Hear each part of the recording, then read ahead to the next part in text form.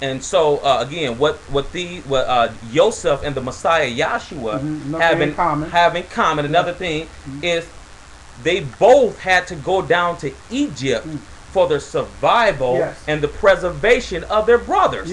If Yosef would not have went down into Egypt, then the famine that came up on the land would have destroyed his people. Their people, Jacob and his people would not have eaten. That's right. If the Messiah would not have fled down into Egypt, he would have been killed by Herod, and us, even all mankind who will believe on the Messiah, who are his brothers, those who obey the Creator, we all would have perished. That's right. All of us would have perished. And that's written. Remember what it said in the Brit Hadashah writing. What verse is that? Was that? Yeah. That's Matthew. What is that? Matthew 2. Matthew 2:15. We go there right quick, and then we're going to see how Matthew 2:15. We'll see here. It says in 2:15. We'll start at 13. Okay. It says, and when they were departed, behold, the angel of Yahweh appeared to Joseph in a dream, saying, arise and take the young child and his mother and flee into Egypt, and be thou there until I bring you word, for Herod will seek the young child to destroy him. So both were preserved in Egypt. Yes, sir. When he arose, he took the young child and his mother by night and departed into Egypt, and was there until the death of Herod, that it might be filled which was spoken by of Yahweh by the prophets, saying, out of Egypt have I called my son. See, so whatever happens to the fathers happens to the son, and Yah is establishing his.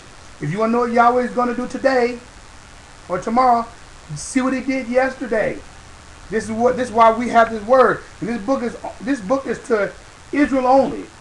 Okay, when we say Israel only, that means his people and anyone who will attach themselves to Israel, like Ruth did. Ruth was a Moabite. Right. Okay? Right. And she told Naomi, listen here, your people should be called my people. Your Elohim is my Elohim. Where you die, I will die. That's right. And so at that point, she was grabbed into the house of Israel, and she became Israelite. In fact, and went on to become the grandmother, or the great grandmother of King David. King David. Do you see that? So, and then that genealogy traced to our Messiah, Yahshua. Okay. Right. So now we see again what happened to the fathers happens to the son, and just like again when Joseph was sold for by Judas, Yehuda. So was our Messiah sold by Yehuda, and I think that's found in what is that? Mark 14 and verse 10. And remember, Judas, his true name was Yehuda. The Greeks, when they would write things, they would put an AS on the ending. Instead of saying Isaiah, they would say Isaias. Right. Or instead of saying Judah or Yehuda, in the scripture they said Judas. Yeah, they would add S to the end and all the male names. Like Kepha, who they call Peter. In the scripture they call him Kephas, but his name was Kepha, which many people have watched the Passion of the Christ. If it's good for anything, at least they speak the name, some of the names in Hebrew, like Peter. They did not say Peter one time. They called him Kepha. Right. They even called the Messiah by his true name, Yahshua. Right.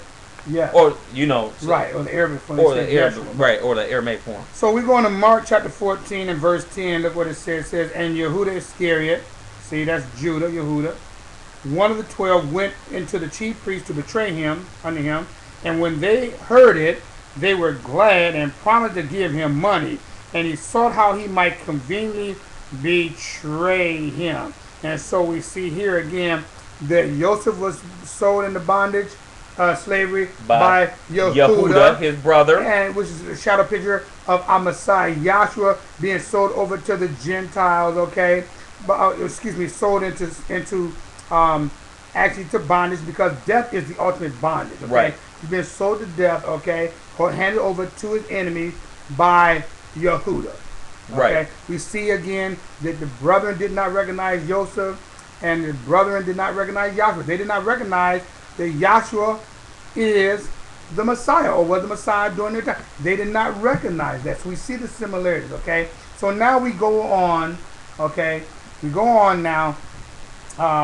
Joseph is in Egypt. He's raised up. His brothers come to visit him. His brothers did not recognize him, okay? Just as they did Thought not. he was an Egyptian, but they're his brothers. Right. And we know the Egyptians are black. Just type in, Google in pictures of Egyptians, and they'll come up all over your screen. Nothing new. Nothing new. That they were black. Okay, they were black. Just like the Greeks were whites, made many feats. Many good feats. Okay. Okay. That's just who they were. We read about it for like years. Millions of years. Okay. It seems like.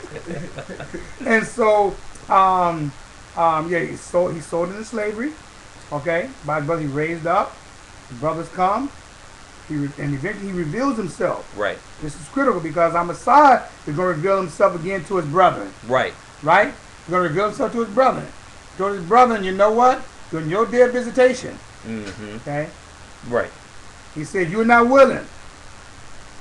But he said, oh, Jerusalem, Jerusalem, you that stone the prophets, kill the prophets, you will not see me again, Israel, until you say, Baruch haba b'shem Yahweh.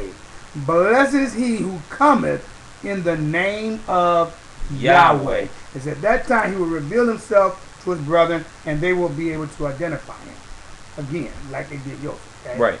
So now we move on. Okay.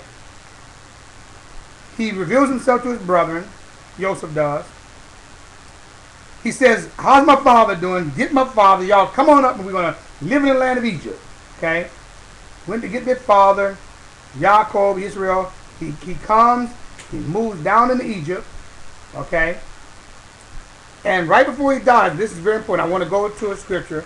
Before Yaakov or Israel dies,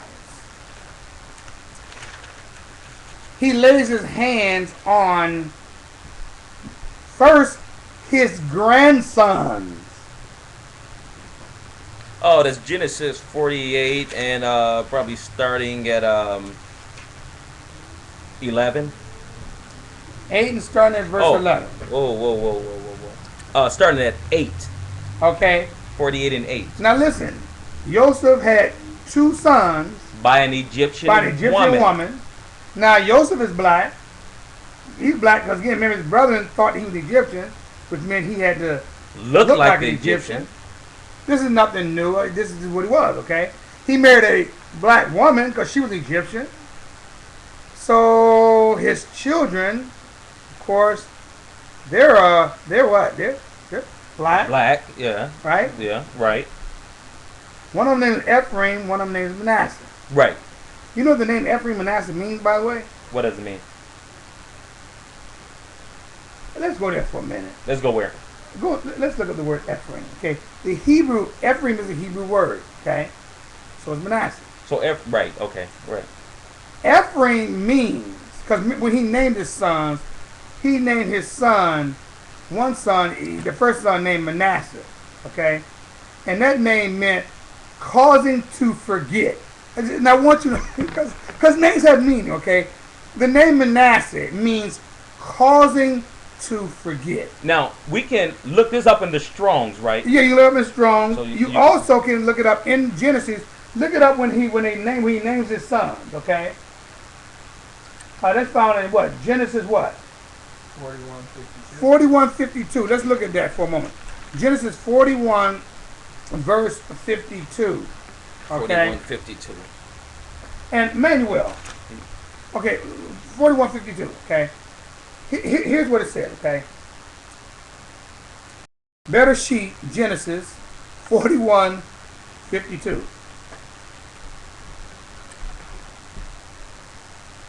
I'm going to start at 50. And unto Joseph were born 2 sons before the years of the famine came, which... I lost my place. 50. Which Asenath, the daughter of Potiphar, priest of On, bearing him. Watch this. And Joseph called the name of the first son Manasseh. Watch this. For Elohim said, He has made me to forget all my toil and all my fathers